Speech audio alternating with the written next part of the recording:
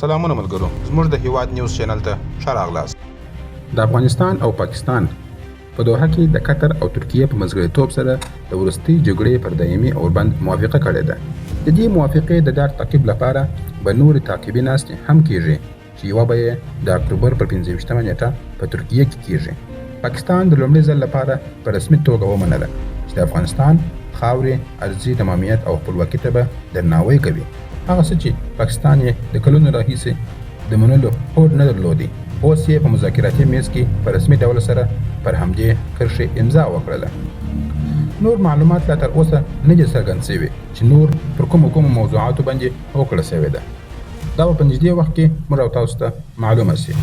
او یوه خبره بله، دلته په دې لیک کې بارډر لاین لیکل شوی دی. زموږ بعضې افغانانو غبرګون ښودلی دی چې دا یې ولې بارډر لیکلی دی. دا خو فرضي کرښه ده.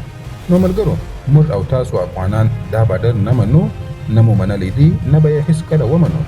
زموږ لپاره دا همیشه فرضي کرښه ده، خو دنیا بیا دې بارډر ته په رسمي کرښې سره ګوري.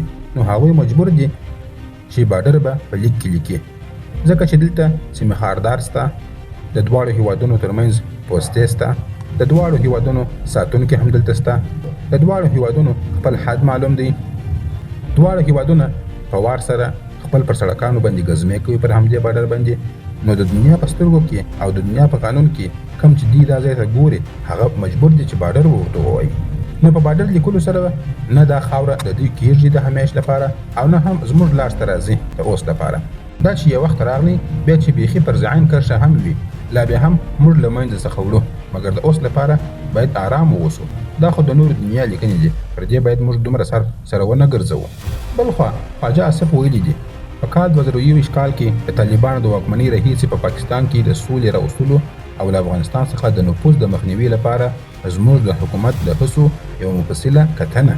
دوی ویلي دي چې موږ په افغانستان کې د سولې لپاره څومره هلې ځلې کړي دي. اول وایي زموږ وزیر خارجه کابل ته 4 سفرونه کړي دي، وایي زموږ د دفاع وزیر 2 لیدنې کړي دي، زموږ ځانګړي 15 استازي هلته تللي دي، د 5 سکرټرونو سره مو لیدنې کړي دي، زموږ د ملي امنیت سلاکار یوه لیدنه کړې ده، د همغږۍ ګډې کمیټې 8 غونډې موږ کړي دي، د سرحدي بیرغ غونډه 225 ننې موږ کړي دي.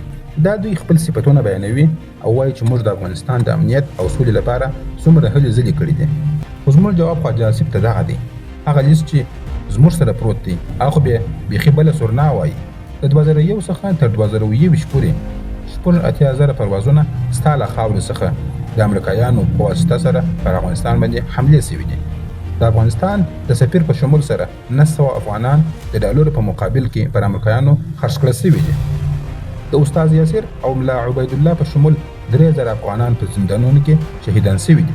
15 ارب ډالر مو په 20 کال کې له افغانانو څخه ټیکس اخیستی دي. 40 ارب ډالر مو پوز او پولیسو رشوت اخیستی دي.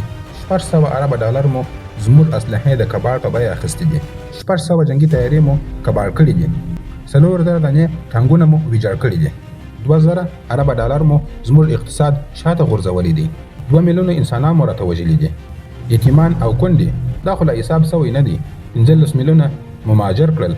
د روسیې د جهاد په دوران کې مو 200 میلیارډ ډالر د مرستو او خیمو په نوم سره غلا کړل. تاسو په 80 کال کې د اټم بم او موټروي خاوندان شوي یاست.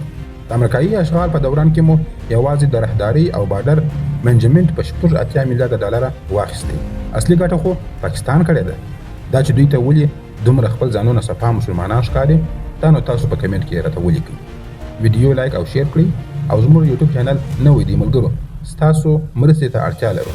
ویډیو ته نور ملګرو پورې هم ورسوئ او یوټیوب چینل هم سبسکرایب کړئ. تر بیا پورې مو الله مل شه. مننه.